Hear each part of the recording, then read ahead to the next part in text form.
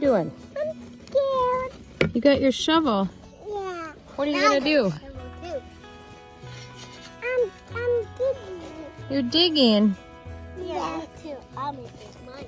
We're digging our asparagus. Oh, don't dig in here. I'm gonna put asparagus in here. Why?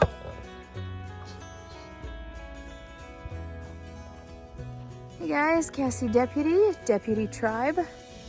It is roughly 8 o'clock at night. Hi. Hi. And we've done a lot today.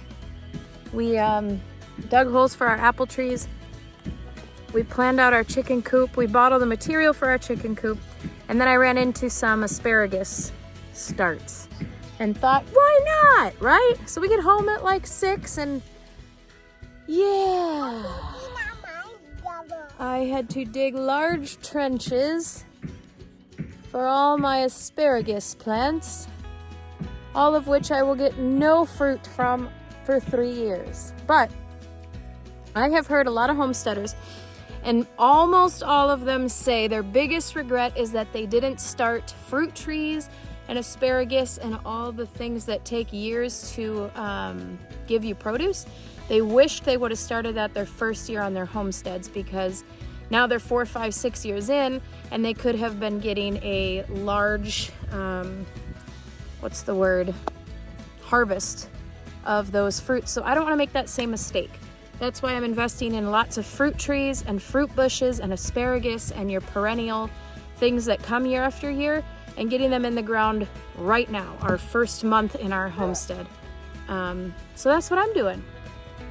So here they are.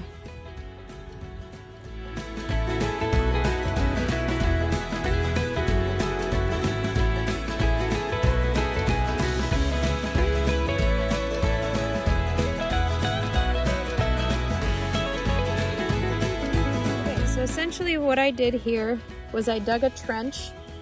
Sorry, the sun is setting. It's really, really bright. And it's roughly a foot across and about 8 inches deep, I would say. And I made a mound every 18 inches-ish, more like a foot. And I have purple asparagus here. And then this is called like Mary Washington asparagus. And so I put 2 inches of dirt on top of them. So I put them on a mound and spread their roots out. And then I put 2 inches on top, and I'm gonna water them really well.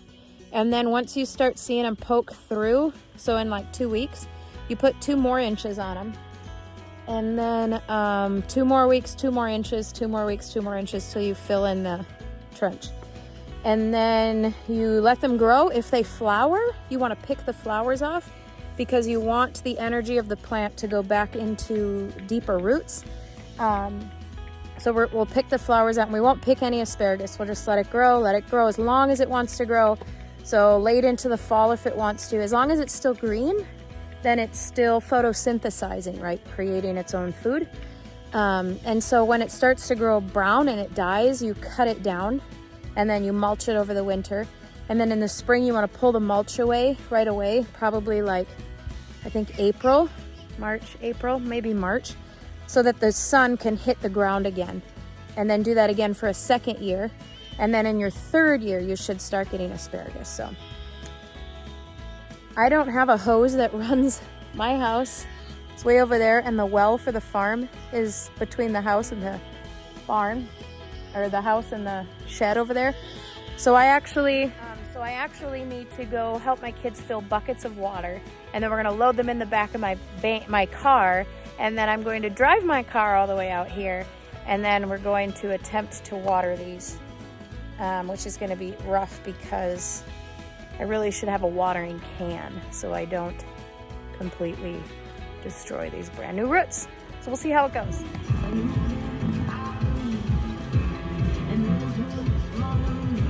All right, we got the buckets of water over. Just filling in a little bit more of the trench.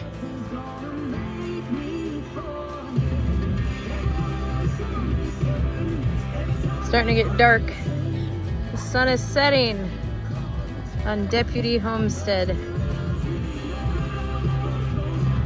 Yeah, girl.